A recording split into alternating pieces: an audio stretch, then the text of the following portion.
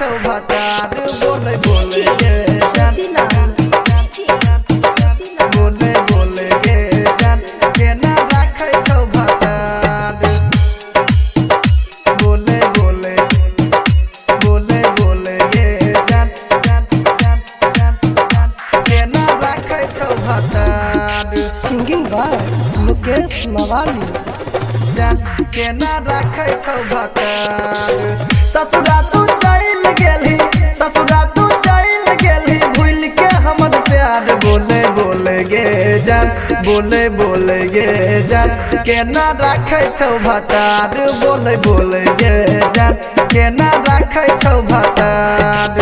ससुरा तू चल गेलही ससुरा तू चल गेलही भूल के हमर प्यार बोले बोले गे जान बोले बोले गे जान केना राखै छौ भतार बोले बोले गे जान केना राखै छौ भतार बोले बोले गे जान बोले बोले गे जान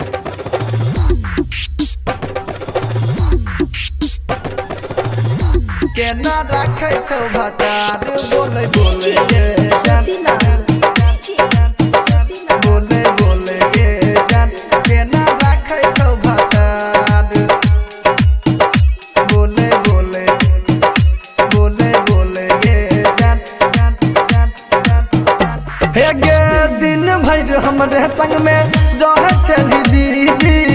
अब कोन छौड़ा के तू बन गेली निजी बन गेली निजी बन गेली निजी हाँ हाँ दिन भर हमरे संग में रहै छली बीजी अब कोन छौड़ा के तू बन गेली निजी अभियो हम चाहै छियौ अभियो हम चाहै छियौ करही छियौ प्यार बोले बोले गे जान बोले बोले गे जान केना राखै छौ भतार बोले बोले गे जान कोना राखै छौ भतार बोले बोले गे जान बोले बोले गे जान Surya recording studio. Singing by Mukesh Mawali.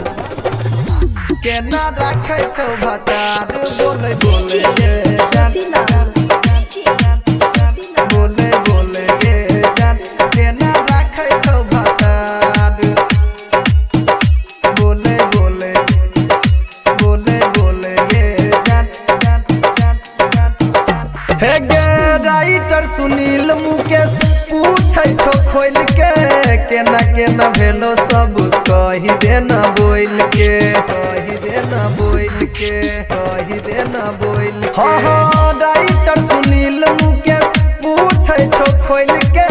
केना केना भेलो सब कहि देना बोल के छौड़ा विकासवा के लागल छौ बुखार बोले बोले गे जान बोले बोले गे जान केना राखै छौ भतार बोले बोले गे जान केना राखै छौ भतार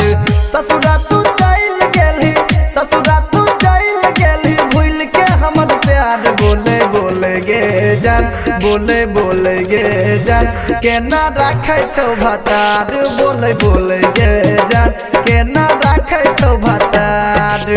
कहि दे ना।